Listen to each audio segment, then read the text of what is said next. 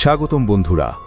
আজকে আমরা এমন এক ঘটনা নিয়ে কথা বলবো যা দেখলে মনে হতে পারে এটা শুধু দুই দেশের ব্যাপার, কিন্তু আসলে এটা গোটা বিশ্বের ভবিষ্যতের সঙ্গে জড়িত।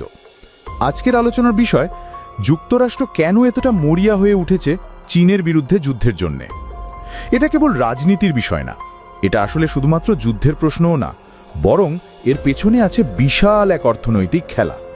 প্রথমেই একটা প্রশ্ন, আপনি কি জানেন বিশ্বের সবচেয়ে বড় কোম্পানিগুলোর পণ্য কোথায় তৈরি হয়? আমরা যেসব মোবাইল, ল্যাপটপ, জামা কাপড়, খেলনা কিনি, তার বেশিরভাগই তৈরি হয় চীনে আর কিছু কিছু অন্য উন্নয়নশীল দেশে।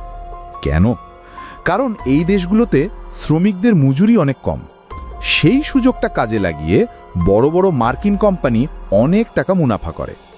একটা উদাহরণ দিই, অ্যাপল কোম্পানি যারা আইফোন ও আইপ্যাড বানায়, তারা তাদের পণ্য চীনে তৈরি করে, কারণ চীনে শ্রমিকদের মজুরি তুলনামূলকভাবে অনেক কম। একটি গবেষণায় বলা হয়েছে, যদি অ্যাপল তার পণ্য আমেরিকায় তৈরি করত, তাহলে প্রতিটি আইপ্যাডের দাম প্রায় $500-এরও বেশি বেড়ে যেত। এই যে সস্তা শ্রম, এটাই ছিল যুক্তরাষ্ট্রের মতো ধনী দেশের জন্য একটা লাভের খনি। কিন্তু সময় বদলেছে, চীনের শ্রমিকরা আর আগের মতো সস্তায় কাজ করেন না। 2005 সালে চীনে শ্রমিকরা প্রতি ঘন্টায় $1-এরও কম আয় করত। আজকে সেই মজুরি দাঁড়িয়েছে প্রায় $8। ভাবুন একবার, 8 গুণেরও বেশি বেড়েছে। এছাড়াও চীনের সরকার শ্রমিকদের জন্য বাসস্থান, স্বাস্থ্যসেবা, শিক্ষা সবকিছুতেই ব্যাপক উন্নয়ন এনেছে। ফলে চীনের শ্রমিকরা এখন শুধু শ্রমিক নয়, তারা নিজেরাও ভোক্তা, নিজেরাও উন্নয়নের অংশীদার হয়ে উঠেছে। এতে কি সমস্যা হয়েছে যুক্তরাষ্ট্রের? সমস্যা হলো, চীনের শ্রমিকদের মজুরি বাড়ায় পণ্য তৈরি করতে খরচও বেড়ে গেছে। ফলে যুক্তরাষ্ট্রের কোম্পানিগুলোর মুনাফা কমে যাচ্ছে। এখন তারা ভাবছে, এই উন্নয়নটা যদি এভাবেই চলে, তাহলে তারা আর আগের মতো সস্তা শ্রম থেকে লাভ করতে পারবে না। এদিকে চীন শুধু শ্রমিক নয়, তারা প্রযুক্তিতেও জোয়ার এনেছে। চীনে এখন তৈরি হচ্ছে বিশ্বমানের রেল, ইলেকট্রিক গাড়ি, কৃত্রিম বুদ্ধিমত্তা বা এআই চিপ, এমনকি তাদের নিজস্ব বাণিজ্যিক বিমানও। চীন এখন শুধু পণ্য বানানোর দেশ নয়, চীন নিজেই প্রযুক্তি গড়ে তোলার দেশ হয়ে উঠেছে। এই জিনিসটা যুক্তরাষ্ট্রের জন্য খুব ভয়ঙ্কর একটা বিষয় হয়ে দাঁড়িয়েছে। কারণ এতদিন যুক্তরাষ্ট্র ভাবত শুধু তারাই প্রযুক্তির রাজা, শুধু তারাই বিশ্ব অর্থনীতিকে চালাবে। কিন্তু চীন এখন বলছে, আমরাও পারি, আমরাও বিশ্বকে দেখাতে পারি যে উন্নয়ন মানে শুধু পশ্চিমা বিশ্ব নয়। এখন যুক্তরাষ্ট্র কি করছে? তারা চীনের প্রযুক্তি কোম্পানিগুলোর ওপর নিষেধাজ্ঞা দিচ্ছে।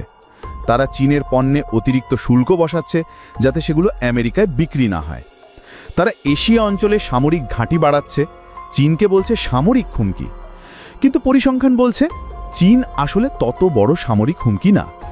চীনের সামরিক খরচ যুক্তরাষ্ট্রের 1/8। চীনের পারমাণবিক অস্ত্র যুক্তরাষ্ট্রের তুলনায় অনেক কম। তাহলে প্রশ্ন হলো, এই ভয়ের গল্পগুলো তৈরি হচ্ছে কেন?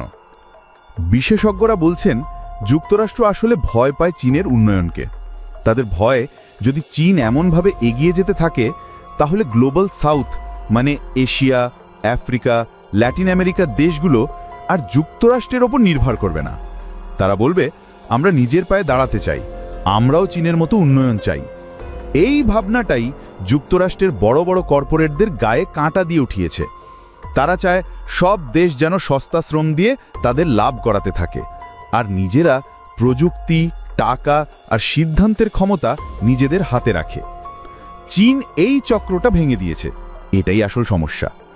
বন্ধুরা, এই যুদ্ধটা শুধু অস্ত্র দিয়ে হবে না, এই যুদ্ধ হবে প্রযুক্তির, অর্থনীতির আর নেতৃত্বের। চীন আজ বলছে, আমরা নিজের পায়ে দাঁড়াতে পারি, আমরা বিশ্বকে দেখাতে পারি যে উন্নয়ন মানে শুধু পশ্চিমা বিশ্ব নয়। এটাই হলো সেই যুদ্ধ যেখানে বুলেটের চেয়ে গুরুত্বপূর্ণ হলো মেধা, আর সস্তা শ্রমের জায়গায় দাঁড়িয়ে গেল আত্মসম্মান। বন্ধুরা, আপনিও চিন্তা করে দেখুন বিশ্বটা কোন দিকে যাচ্ছে। আর এই ধরনের বিশ্লেষণ ভিত্তিক সংবাদ পেতে আমাদের চ্যানেল সাবস্ক্রাইব করুন, লাইক দিন, শেয়ার করুন আর মন্তব্যে জানান আপনি এই যুদ্ধকে কিভাবে দেখছেন। ধন্যবাদ।